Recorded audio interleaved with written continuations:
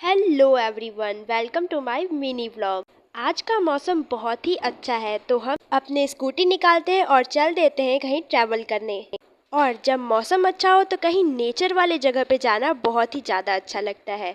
यहाँ का एटमॉस्फेयर बहुत ही अच्छा है क्योंकि यहाँ पे कई सारे पेड़ हैं और घर बिल्कुल भी नहीं।